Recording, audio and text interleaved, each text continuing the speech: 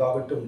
நேற்று நாம் தியானித்த வண்ணமாக சீக்கிரத்தில் நியாயம் செய்வார், இரவும் பகலும் தமிழுக்கு உட்படுகிறவர்களுக்கு நியாயம் செய்வார் என்று தியானித்தோம். இந்த வேளையிலும் கூட சங்கீத புத்தகம் 75ஆம் சங்கீதம் 2ஆம் வசனம், நியமிக்கப்பட்ட காலத்தில் யதார்த்தமாய் நியாயம் தீர்ப்பேன் என்று சொல்லி இங்கே ஆண்டவர் சொல்வதை பார்க்கிறோம். ஆம், நம் தேவன் நியமிக்கப்பட்ட காலத்தில் யதார்த்தமாய் நியாயம் செய்கிற தேவனாயிருக்கிறார்.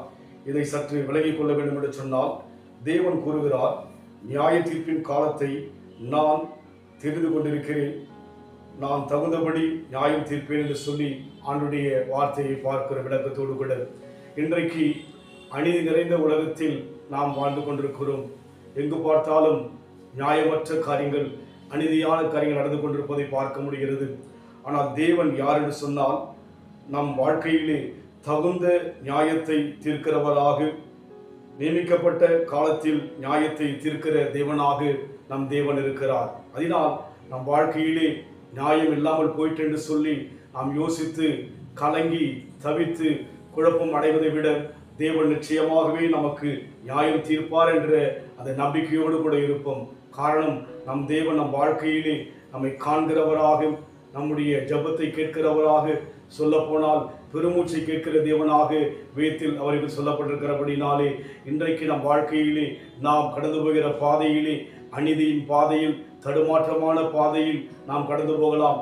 நன்மை செய்தி நிமித்தமாக அநீதியை நீங்கள் சந்திக்கலாம். ஆனால் தேவனோ நமக்கு தகுந்த நியாயத்தை செய்ய அவர் வல்லவராய் இருக்கிறார். தெளிவான வேளையிலே நியாயம் செய்ய அவர் போதுமானவராய் இருக்கிறபடினாலே நம் வாழ்க்கையிலே நடந்த சம்பவத்தை யோசித்து நாம் சோர்ந்து விடாதபடிக்கு தேவனை நோக்கி பார்ப்போம். கடந்ததை நினைத்து கலங்காதே, நடந்ததை மறந்து விடு. கடந்ததை நினைத்து கலங்காதே, நடந்ததை மறந்து விடு. கர்த்தர் புதியன செய்திடுவார், இன்றே நீ காண்பாய். கர்த்தர் புதியன செய்திடுவார், இன்றே நீ காண்பாய். கலங்கிடவே வேண்டாம், கலங்கிடவே வேண்டாம். உன்னேசு கைவிட மாட்டார், நம் இயேசு கைவிட மாட்டார். உங்கள் துக்கம் சந்தோஷமாய் மாறும், உங்கள் கவலைகள் கண்ணீர் எல்லாம் மறைந்துவிடும்.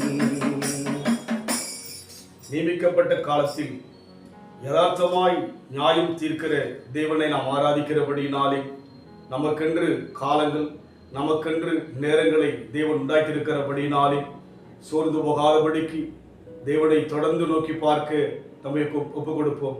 அன்பின் ஆண்டவரே, எங்கள் வாழ்விலே நியாயமற்ற நிலைமையிலே நாங்கள் தத்தளிக்கிறோம். நாங்கள் நீதி செய்த போதிலும் கூட அநேக நேரங்கள் நியாயமற்ற காரியம் நடப்பதினால் நாங்கள் சோர்ந்து விடுகிறோம் ஐயா.